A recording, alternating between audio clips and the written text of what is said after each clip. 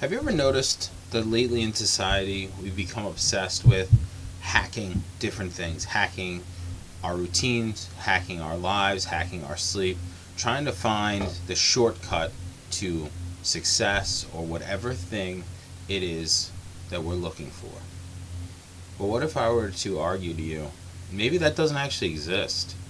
Hi, welcome back to Forge Yourself Forward. I'm your host, Mike. Over the last, I'd say 7 years or so, I have been trying to improve myself in a lot of different ways. Whether it is in terms of my thought process, my exercise, my weight management, my career, just the way I am in talking to other people and listening to them. I've tried different things in order to become the best version of myself possible. And I usually would do this either by reading books, listening to podcasts, watching YouTube videos, even some courses. And one thing that seems to be apparent in the vast majority of these is they all claim to have this hack. It's 3 steps to success, 7 steps to wealth, 10 steps, and in 6 months you'll be a completely different person. But what if I were to tell you, at least based on my own experience, that while some of these things have some good information, things that you can act on, the reality is that's not really the way that you make lasting or meaningful change. It's actually the opposite. I've noticed, at least in my own life, and I think if you go on YouTube or you go on any kind of video, everyone's like, "Oh, what's the hack for this? Oh, how do I do this easier, quicker? Work smarter, not harder." Well, what is that? Everyone kind of claims, "Oh, this is the smarter way to work. Use AI, use this." But if you're using AI to do a task, maybe you will do it faster. But are you learning anything in the process? Are you becoming more efficient at it? Are you becoming better at it? And in the past, I have tried a lot of those different things, those hacks, so to speak. And maybe in the moment, I might have felt better. But at the end, I didn't change who I was. It wasn't creating a new version of me or a better version of me or a more resilient version of me. What it was doing was trying to escape the difficult work, which is actually where the change exists. Now, one of the things you could think about, and I have a couple examples, is, for instance, think about reading. Reading, even if you're a speed reader, takes time. You have to sit down by yourself with a book and either open the page or go to a Kindle or whatever, and you just have to read each word one on the other. Some people speed read, they'll try to skim, and they can do that. But if you really want to absorb a book, the best way to do it is you take an actual book. Here's Meditations. I read it almost daily. And you have to open it. Go to a passage and say, "All right, I'm going to just start reading this page." And it takes time. Might take you 30 seconds, might take you a minute, might take you 2 minutes. But you're the one doing it. You're the one who's learning. And in the process, you're building a muscle in your brain that's more efficient at reading, stronger, and maybe even will get a little quicker and you'll be able to absorb more. Another example is I had a friend in law school who used to brew his own beer. And the process itself used to take several months. Whether it was the cleaning process, the filtration process, the brewing process, or allowing it to ferment, which took time. He had to have a temperature-controlled room and, it had to be dark. There was a lot of variables. And a lot of my friends used to say, "Why don't you just buy beer at a store?" And he didn't do that. He used to make his own beer, and, when it was finally time, he'd crack one open and he'd share it with us, and it was fantastic. But it was fantastic because he put the hard work in. It was fantastic because he learned the lessons from all his past failures to make something that was far better than the easily consumable thing down the block. Yeah, it took time. Yeah, it took labor. Yeah, it took love. But the enjoyment that not only he got from knowing that he had done that, but everybody else had gotten, is far better than anything you were ever going to buy at a store. And that's really not any different than if you look at other walks of life for yourself. For instance, the longest amount of time I believed I was a terrible writer. Didn't think that I could be very good at writing literally anything, despite the fact that I'm a lawyer and you would assume, oh, you're a good writer. No, not at all. Actually, I was a terrible writer for a long time. And the reason I was a terrible writer was really two reasons. One, I believed I was a terrible writer, so you're going to avoid anything you don't actually think you're good at.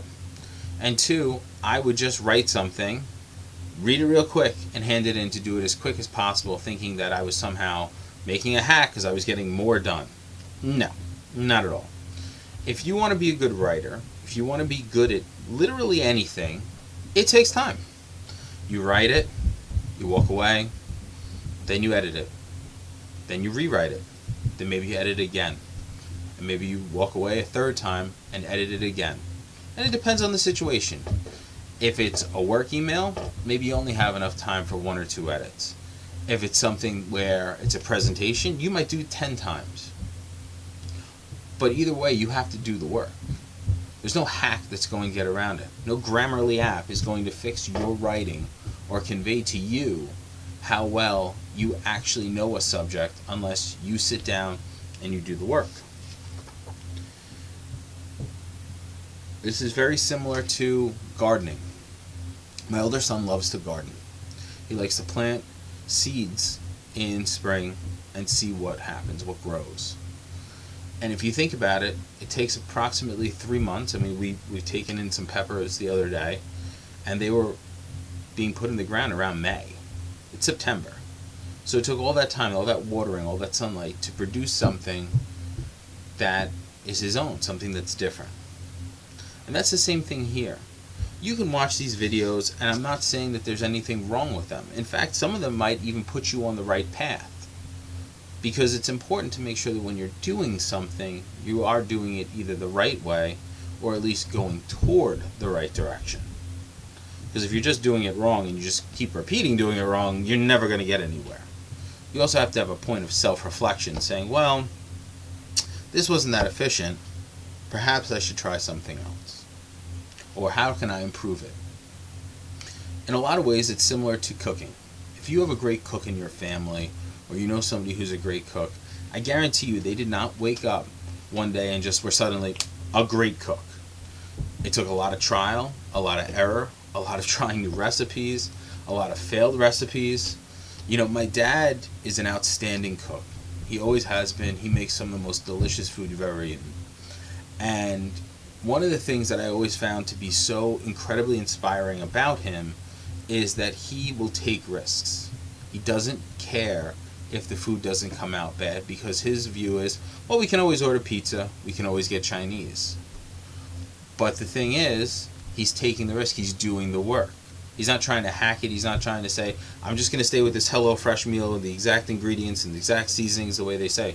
He's going out, he's doing the work, he's trying something new, and because of that, we all reap the benefits. I think that life in a lot of ways is similar to that. Ever since I've tried doing things differently, both with my diet, my exercise, even the way that I approach work and write, sitting, editing, redoing things, doing the work, sitting down and doing what needs to be done, I found that I've personally begun to grow in ways that I didn't know were possible, because you have to do the work. You can't hack life unless you just want a mediocre life, one that doesn't change, one that doesn't improve, because there's no way around it. At least not for me. Maybe you're lucky, and if so, God bless, I wish you well. But if you're like me, or like the vast majority of other people, you don't start doing anything perfectly. In fact, you probably start doing it terribly, and you have to keep going and going and going until you get a little bit better. You learn a little bit more. You learn a new way to say this, or a better way. You know, I always like to come back to reading, because sometimes you'll go into some people's either houses or their studies or their offices, and they have all these giant books, these large, imposing books with these big titles, and there's 1,000 pages, and that's a little intimidating for basically anyone, because you're like, oh my God, did they read all those books? Maybe they did, maybe they didn't. But if you want to ever get to the point where you can read those books, you have to start with the small books. You start with the books that maybe are 100 pages or 150 pages, and you start with 10 pages a night. And that's all you do. You start with 10 pages. And then maybe you start to enjoy it. And it becomes 11, 12, 15, 20. And then before you know it, instead of maybe sitting down and watching a television show or sitting down to have a drink, maybe you curl up with a good book and a nice cup of tea. And you enjoy it. Just something to consider. If that's your goal, whatever that goal is and you want to get there, you can't hack it. You can look for tips, better ways to do things, but there is no hack. The work has to be done, and you'll be better for it. For a long time, I tried to avoid doing the work with certain things, especially my diet. And it wasn't until I sat down and I started doing the work, tracking my food, tracking my calories, actually monitoring what I was doing, that I not only started to see change, I started to feel better. And if it wasn't for my coach helping me with this, in his program Operation Rebuild, I don't think I would be making this video right now, because I don't think I would be in the same headspace. So, if you start today, I can assure you, within 2 weeks, while it still will get harder, you'll feel better, and that'll make it seem easier, as crazy as that sounds, even though you're doing things that maybe a month before you didn't even think were possible. Give it a try. Forget the hack. Just do the work. Analyze, see where you're going, and you move forward. A couple examples I can give you are, if you want to start being a little bit more active, start with one 15-minute walk a day. Just one. That's it. One walk, set 15 minutes. I'm going to do it every day for a week. Try that, see what happens. You want to read, start with 10 pages a day of a book that you find interesting. If it's fiction, non-fiction, it doesn't matter. Just start reading. Find something you enjoy, and before you know it, you might be reading things you never thought you would ever pick up, because you suddenly find them interesting, because you've changed. And lastly, say you want to become a better cook, better in the kitchen. There's only one way you become better in the kitchen, by being in the kitchen. Trying new things, trying a recipe. Maybe get a cookbook. You try a recipe, a simple one a day, one a week, one or whatever. But what you start to learn is certain things go together. Oh, salt, pepper, onion powder, garlic powder, those go together in a lot of things. Oh, maybe if I add it to this, it might be better. You try, you take a risk, you see what happens, and you learn from it. And that's the key. You learn from it. And that's the work. Are you willing to learn from something and to move forward?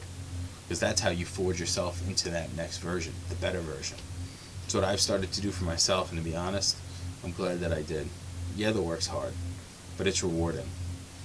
And at the end of the day, I don't think that people are necessarily averse to working hard. I think they want to know if it's worth it. It's worth it. Give it a shot.